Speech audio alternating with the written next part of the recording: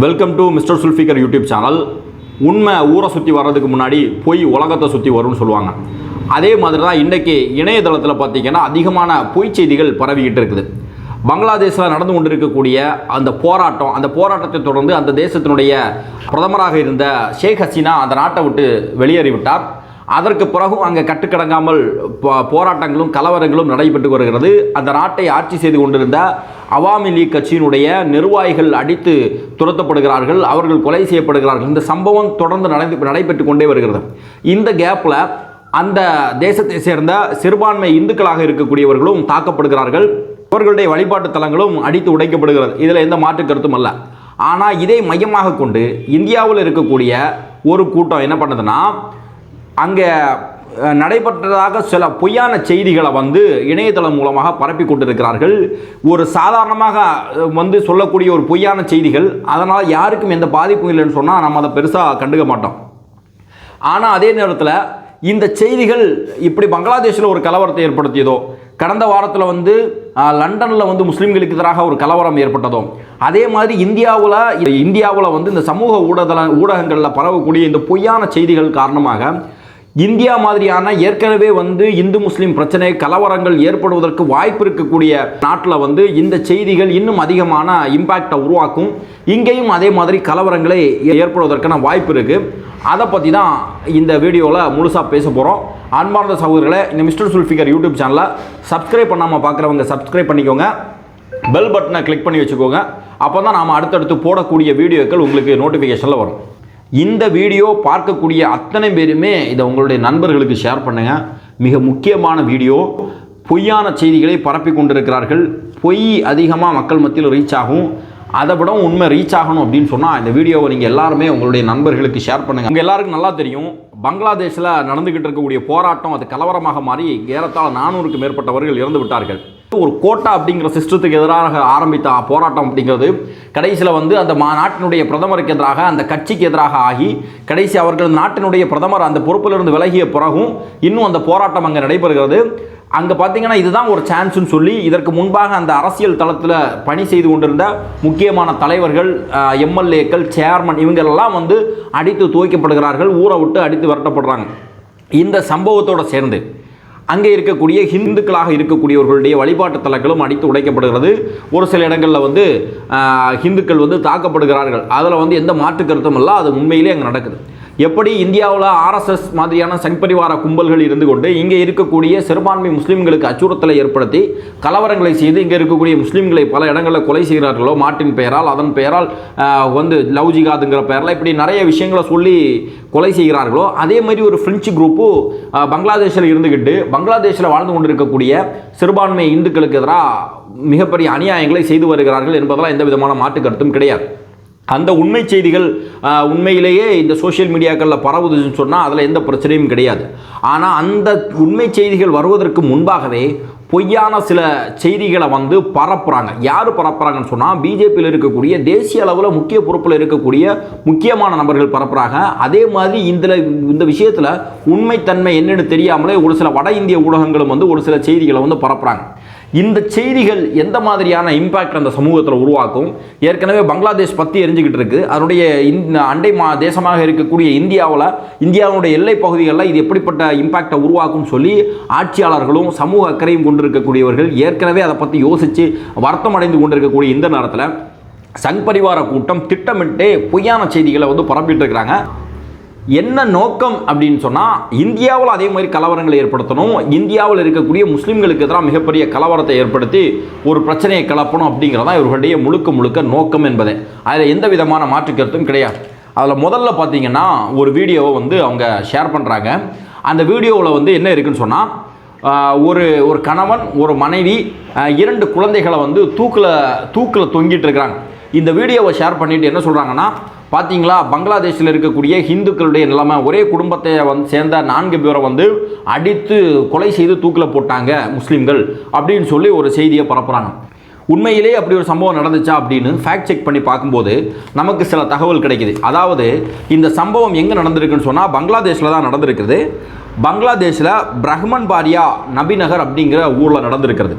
இதில் அந்த இறந்திருக்கக்கூடியவர் பார்த்தீங்கன்னா அவருடைய முஸ்லீம், ஒரு முஸ்லீம் குடும்பம் தான். அவருடைய பேர் ஷொஹாப் மியான், அவருடைய மனைவி ஜன்னத்துல் பேகம், 2 குழந்தைகள் ஃபாரியா, ஃபாஹிமா.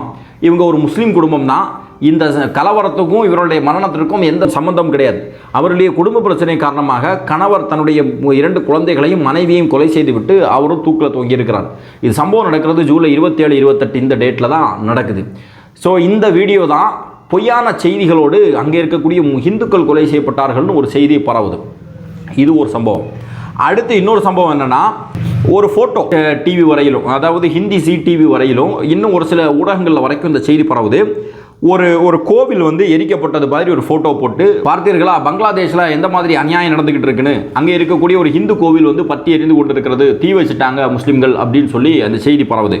ஆனால் உண்மையிலேயே அந்த செய்தி உண்மையான்னு சொல்லி செக் பண்ணி பார்க்கும்போது, அந்த டெம்பிள்னு இவங்க சொல்லக்கூடிய இடம் டெம்பிள் கிடையாது, கோவில் கிடையாது. அது வந்து ஒரு ஹோட்டல்.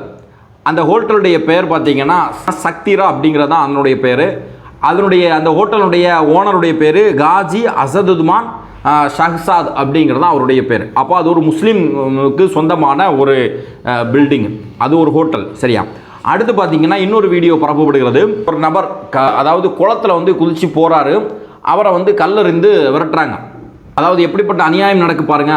1500க்கு மேற்பட்ட முஸ்லீம்கள் ஒன்று சேர்ந்து ஒரு ஹிந்து ஊரையுமே வந்து அழிக்கிறாங்க. தன்னுடைய உயிருக்கு பயந்து ஒருத்தர் வந்து குளத்தில் குதிச்சு உயிருக்கு பயந்து ஓடுறாரு, அவரை வந்து கல் எடுத்து எறிகிறாங்க அப்படின்னு சொல்லி ஒரு வீடியோ பரப்பப்படுகிறது. உண்மையிலேயே அப்படி ஒரு சம்பவம் நடந்திருக்குது. ஆனால் இதில் வந்து அந்த குளத்தில் குதிச்சு உயிருக்கு பயந்து ஓடக்கூடியவருடைய பேர் பார்த்திங்கன்னா, அவர் வந்து ஒரு முஸ்லீம். அவருடைய பேர் என்னன்னு சொல்லி பார்த்தீங்கன்னா தஹ்சில் கலீஃபா கஜல் அப்படிங்கிறது அவர் பேர். அவர் வந்து முனிசிபாலிட்டியினுடைய சேர்மன், உபாசிலா அவாமி லீக் அப்படிங்கிற கட்சியினுடைய ஒரு ஜெனரல் செக்ரட்டரியாக இருக்கார். அப்போ இவங்கெல்லாம் வந்து ஷேக் ஹசீனாவினுடைய ஆட்சிக்கு ஆதரவாக இருந்த நபர்கள். அந்த மக்கள் ஷேக் ஹசீனா அந்த நாட்டை விட்டு ஓடி போனால் கூட இவர்கள் ஏற்கனவே ஆட்சி அதிகாரத்தில் இருந்து அனுபவித்து வந்தவங்க, அதிகனுடைய அட்டூழியம் செய்தவர்கள் அப்படிங்கிற நோக்கத்தில் அவர்களை அடித்து விரட்டுகிறார்கள். அதுதான் உண்மை. இல்லாமல் இவங்க சோஷியல் மீடியாவில் வரக்கூடிய செய்தி மாதிரி குளத்தில் குதித்து உயிருக்கு தப்பிச்சு போகக்கூடியவர் வந்து அவர் ஒரு ஹிந்து கிடையாது, அவர் ஒரு முஸ்லீம். அடுத்து இன்னொரு வீடியோ பரப்பப்படுகிறது. இது வந்து நியூஸ் 18 ஹிந்தியில் முதல்ல ஷேர் பண்ணியிருந்தாங்க, அதுக்கப்புறம் அதை டிலீட் பண்ணிட்டாங்க, மாற்றிட்டாங்க. அதே மாதிரி ஜிஜேந்திர பிரதாப் சிங்னு சொல்லக்கூடிய தேசிய அளவில் எல்லாரும் அறியப்படக்கூடிய ஒரு தலைவர் இருக்கிறாரு. அவரும் வந்து இதை ஷேர் பண்ணியிருக்கிறார். என்னன்னு சொன்னால், ஒரு மாணவியை வந்து வாயில் வந்து பிளாஸ்டரை போட்டு ஒட்டி, அதே மாதிரி பேக்கில் வந்து 2 கையையும் கட்டி வச்சுட்டு ஒரு ஃபோட்டோ இருக்குது. பார்த்தீங்களா, இப்படி ஒரு ஹிந்து மாணவி வந்து எப்படி கொலை செய்யப்படுகிறார் பாருங்கள். அவரை வந்து வாயை கட்டி வச்சு இந்த மாதிரி துன்புறுத்துகிறாங்க, முஸ்லீம்கள் சேர்ந்து துன்புறுத்துகிறாங்க அப்படிங்கிறத அந்த வீடியோனுடைய கேப்ஷனாக போட்டு அனுப்புகிறாங்க, அந்த ஃபோட்டோவை போட்டு அனுப்புகிறாங்க. ஆனால் உண்மையிலேயே அப்படி ஒரு சம்பவம் நடந்துச்சான்னு கேட்டால் அது இல்லை. அந்த ஃபோட்டோவை நம்ம செக் பண்ணும்போது அந்த ஃபோட்டோ வந்து ஜெகநாத் யூனிவர்சிட்டின்னு சொல்லி பங்களாதேஷில் இருந்து எடுத்த ஒரு யூனிவர்சிட்டியில் இருந்து எடுத்த ஃபோட்டோ. இந்த ஃபோட்டோ இந்த கலவரம் நடப்பதற்கு முன்பாகவே எடுத்த ஒரு ஃபோட்டோ. சம்பவம் உண்மையில் என்னன்னு சொன்னால், அந்த கல்லூரியில் படித்த வைசூர் அபாத்திகான்னு சொல்லக்கூடிய ஒரு ஸ்டூடெண்ட், அந்த ஸ்டூடெண்ட்டுக்கு வந்து அந்த பணிபுரிந்த ஒரு ப்ரொஃபஸரும் அதே மாதிரி ஒரு ஸ்டூடெண்ட்டும் வந்து பாலியல் ரீதியான சீண்டல் கொடுத்து அந்த பொண்ணு அதனால் செத்துட்டான். புரியுதா? பாலியல் துன்புறுத்தல் செஞ்சு அதனால் அந்த பெண்ணு இறந்துட்டான். இதை மையப்படுத்தி அந்த பெண்ணுக்கு நீதி கேட்டு ஒரு போராட்டம் நடத்துகிறாங்க. அந்த போராட்டத்தில் இவர்களுக்கு எப்படிப்பட்ட தண்டனை கொடுக்கணும் அப்படிங்கிற மாதிரி ஒரு ட்ராமா மாதிரி ஒரு செஞ்சு காமிக்கக்கூடிய ஒரு வீடியோ தான் அந்த ஃபோட்டோவை அதிலிருந்து எடுத்துகிட்டு வந்து, பார்த்தீர்களா பங்களாதேஷில் இந்த மாதிரி இந்துக்களுக்கு அநியாயம் நடக்குது அப்படின்னு சொல்லி போடுறாங்க. பங்களாதேஷில் இந்துக்களுக்கு அநியாயம் நடக்குதான்னு கேட்டால் நிச்சயமாக இருக்குது, அதை நாமளும் ஒத்துக்கொள்கிறோம். அதில் எந்த மாற்று கருத்தும் கிடையாது. மிகப்பெரிய கண்டனத்துக்குரியது. எந்த நாட்டிலையும் பெரும்பான்மையாக இருக்கிறோன்னு சொல்லி சிறுபான்மையின் மீது அடக்குமுறைகளை ஏவுவது வந்து முற்றிலுமாக தவறு. அதை யார் செஞ்சாலும் சரி, அது இஸ்லாமத்தினுடைய பேரில் வந்து முஸ்லீம்கள் செஞ்சாலும் அது தவறு தான். அவர்கள் கண்டனத்துக்குரியவர்கள், தண்டிக்கப்பட வேண்டியவர்கள். அதே மாதிரி ஹிந்து அப்படிங்கிற பேரில் வந்து செஞ்சாலும் தவறு தான், அதுவும் கண்டனத்துக்குரியது, தண்டிக்கப்பட வேண்டியது அப்படிங்கிறத எந்த மாற்று கருத்தும் கிடையாது. இப்போ பங்களாதேஷில் இருக்கக்கூடிய இந்த அநியாயம் செய்யக்கூடிய முஸ்லீம்களுக்கு ஆதரவாக நம்ம பேசவே இல்லை, அது என்னுடைய நோக்கமும் இல்லை. ஆனால் அந்த பேரை சொல்லி இங்கே நடைபெறக்கூடிய இது மாதிரியான பிரச்சனைகளை பற்றி தான் நான் பேச வருகிறேன். அடுத்து என்னென்னா, இன்னொரு வீடியோ, ஒரு பொண்ணை வந்து கட்டி வச்சு அடிக்கிறாங்க. அடிக்கக்கூடிய பெண்ணு பார்த்திங்கன்னா ஒரு ஃபர்தா போட்டிருக்கக்கூடிய ஒரு பெண்ணு, அந்த பொண்ணை வந்து கட்டி வச்சு அடிக்கிறாங்க. இதை பற்றி என்ன போடுறாங்கன்னு சொன்னால், இதில் கொஞ்சம் எக்ஸ்ட்ரா கூடுதலாக போயிட்டு ஹிந்து மாணவிகளை வந்து அடித்து துன்புறுத்தி செக்ஸ் ஸ்லேவாக வந்து ஐஎஸ்ஐஎஸ்க்கு வித்துட்டாங்க அப்படின்னு சொல்லிட்டு ஒரு செய்தியை போடுறான். பங்களாதேஷ் அங்கே பற்றி எரிஞ்சுக்கிட்டு இருக்கு. அங்கே எந்த பணிகளும் நடக்கலை, பஸ் ஓடலை, ஃப்ளைட்டு ஓடலை, எந்த அரசு நிறுவனங்களும் செயல்படலை. அந்த கேப்பில் ஒருத்தன் அவசரமாக போயிட்டு ஐஎஸ்ஐஎஸ்க்கு வந்து இந்த பெண்ணை வந்து செக்ஸ் ஸ்லேவாக வித்துட்டான் அப்படின்னு சொல்லிட்டு ஒரு பொய்யை பரப்புறான். இது எந்த அளவுக்கு அபத்தமான செய்தி, இதை பார்த்தாலே தெரியுது பொய் செய்தின்னு சொல்லி அதையும் ஷேர் பண்ணிட்டு இருக்கிறான். ஆனால் உண்மையிலேயே அதனுடைய உண்மைத்தன்மை என்னன்னு சொல்லி நம்ம செக் பண்ணி பார்த்தா, அந்த பெண் அவர்கள் வந்து யாருன்னா சஹத்ரல் லீக்குன்னு சொல்லக்கூடிய அவாமி லீக்கினுடைய மாணவர் அமைப்பு. எல்லா கட்சியினுடைய மாணவர் அமைப்பு இருக்கும் இல்லையா. இப்போ பிஜேபி எடுத்துட்டிங்கன்னா அகில பாரதிய வித்யார்த்தி பரிஷத்துன்னு சொல்லியிருக்கும், கம்யூனிஸ்ட்டுக்கு வந்து எஸ்எஃப்ஐன்னு இருக்கும். அதே மாதிரி இது வந்து அந்த அவாமி லீக்கினுடைய ஒரு மாணவர் அமைப்பு. அந்த மாணவர் அமைப்பினுடைய நிர்வாகத்தில் இருக்கக்கூடியவர்களை இந்த கலவரங்கள் துவங்கக்கூடிய அந்த டைமில், இப்போ உள்ள ஃபோட்டோவில் துவங்கக்கூடிய அந்த நேரத்தில், கல்லூரிக்கெல்லாம் வரக்கூடிய அந்த நேரத்தில் அந்த மாதிரி சம்பவம் நடந்திருக்குது. இந்த சம்பவம் நியாயமா தவறா அப்படிங்கிற கருத்துக்குள்ளாடி நம்ம போகலாம். ஆனால் அதே நேரத்தில் இதில் பாதிக்கப்பட்டிருக்கக்கூடிய அந்த பெண் ஹிந்து கிடையாது. பங்களாதேஷில் ஹிஜாப் அணிந்தவர்கள் மட்டும்தான் முஸ்லீமு, ஹிஜாப் அணியாத அத்தனை பேருமே ஹிந்துன்னு சொல்லி எந்த முடிவும் எடுக்க முடியாது. அங்கே ஹிஜாப் அணிவது கட்டாயம் கிடையாது. ஈவன் முஸ்லீம்கள் ஹிஜாப் அணிகிறார்கள், ஹிஜாப் அணியாதவர்களும் இருக்கிறார்கள். முதல்ல அதை புரிஞ்சுக்கிடுங்க. அடுத்து இன்னொரு ஃபோட்டோ வெளிவருது.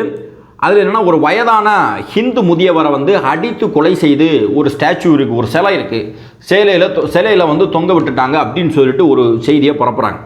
பார்த்துருங்களா, ஒரு ஹிந்து வயதான முதியவரை வந்து அடித்து இஸ்லாமிய தீவிரவாதிகள் தொங்க விட்டுட்டாங்க அப்படின்னு சொல்லி செய்தி பரவுது.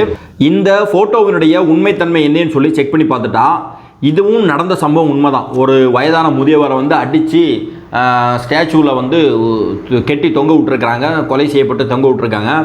ஆனால் அவரும் ஹிந்து கிடையாது. அவருடைய பேர் ஷாஹிதுல் இஸ்லாம். அவர் யாருன்னா சேர்மன் ஆஃப் பரோஹதி யூனியன் பரிஷத் அப்படிங்கிற அமைப்பினுடைய ஒரு சேர்மன். இதெல்லாம் வச்சு பார்க்கும்போது இன்னும் நிறைய பொய் செய்திகள் இருக்குது, எல்லாமே நம்ம இதில் சேர்க்க முடியலை. ஆனால் இது உண்மையான சம்பவம் என்னென்னா, பங்களாதேஷில் ஆட்சியில் இருந்த ஷேக் ஹசீனா அந்த கட்சியோட ஆதரவாக இருந்தவர்கள், அப்போ அந்த கட்சிக்கு மாநில அளவில், தேசிய அளவில், மாவட்ட அளவில், பஞ்சாயத்து அளவில் இருக்கக்கூடிய நிர்வாகிகள் இவர்கள் எல்லாருமே வந்து இவர்கள் அத்தனை பேரையுமே இந்த போராட்ட கும்பல்கள் வந்து என்ன பண்ணுதுன்னா அடித்து விரட்டுறாங்க. இதுதான் நடக்கக்கூடிய சம்பவம்.